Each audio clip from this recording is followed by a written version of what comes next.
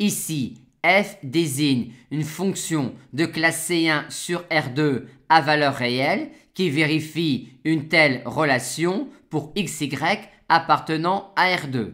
Et on nous demande alors de montrer que f est borné sur R2.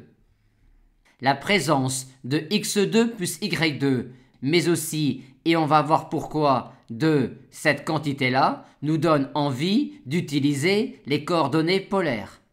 Mais effectuer proprement un changement de variable en polaire dans une équation aux dérivées partielles recèle bien des pièges, en particulier quand le couple xy parcourt R2.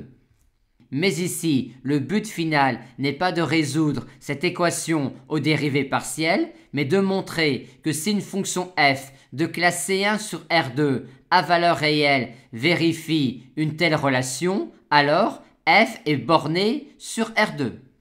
Aussi, si on montre que la fonction g ainsi définie sur 0 ouvert plus infini croix R est bornée sur 0 ouvert plus infini croix R, on pourra alors en déduire que f est borné sur R2 privé du couple 0, 0 et que donc finalement f est borné sur R2, f étant supposé continu sur R2.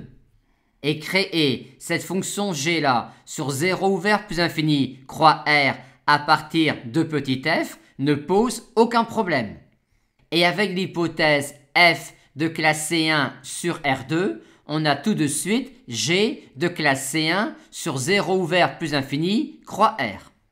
En effet, dans le changement de variable en coordonnées polaires, ce qui ne pose aucun problème, c'est de construire une telle fonction g de classe C1 sur 0 ouvert plus infini croix R à partir d'une fonction f de classe C1 sur R2. Le souci est ensuite de montrer qu'à partir d'une fonction g de classe C1 sur 0 ouvert plus infini croix R, on peut lui réassocier une fonction petit f de classe C1 sur R2. Mais ici, on ne rentre pas là-dedans car on se contente uniquement de construire g à partir de f. L'idéal aurait été pour cela de pouvoir écrire f de xy en fonction de g.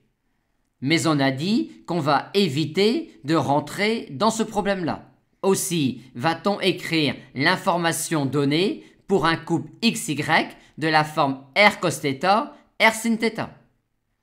Ce qui nous donne alors que pour r strictement positif θ réel, cette quantité-là est égale à sinus r carré. Maintenant, on va essayer de créer cette quantité-là à l'aide des dérivées partielles premières de g. Et on voit que le cos θ d rang f sur d rang x apparaît ici et que le sin θ d rang f sur d rang y apparaît également ici. Par conséquent, de cette information-là sur petit f, on en tire celle-là sur g, où r est un réel strictement positif et θ réel quelconque. Maintenant, à θ0 réel fixé, on va intégrer cette relation-là entre 1 et r, ce qui nous donne cela. Et on retire maintenant le petit 0 à θ. On a alors que pour r strictement positif et pour θ réel, on a cette expression-là de g de rθ. Et on rappelle que le but est de montrer que g est borné sur 0 ouvert plus infini croix R.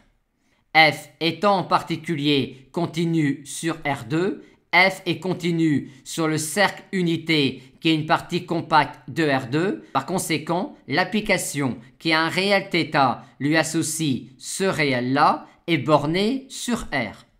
Il reste donc à montrer que l'application qui a un réel R strictement positif lui associe ce réel-là est bornée sur 0 ouvert plus infini.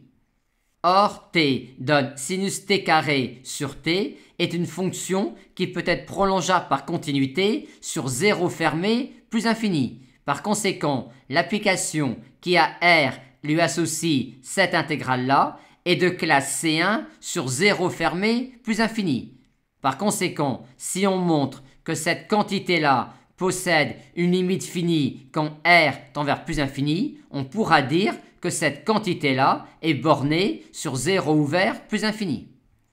Pour cela, on va commencer par effectuer sur cette intégrale-là le changement de variable u égale t carré. Et on se retrouve alors à montrer que l'intégrale de 1 à plus infini de sinus u sur u du converge.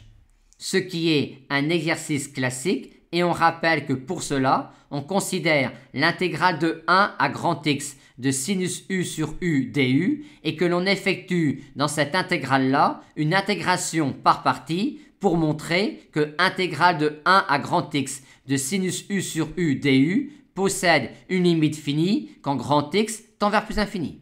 Et une fois ceci effectué, on peut bien en déduire que G est borné sur 0 ouvert plus infini croix R, donc que petit f est borné sur R2 privé du couple 0, 0, et que donc finalement f est borné sur R2, f étant continu sur R2.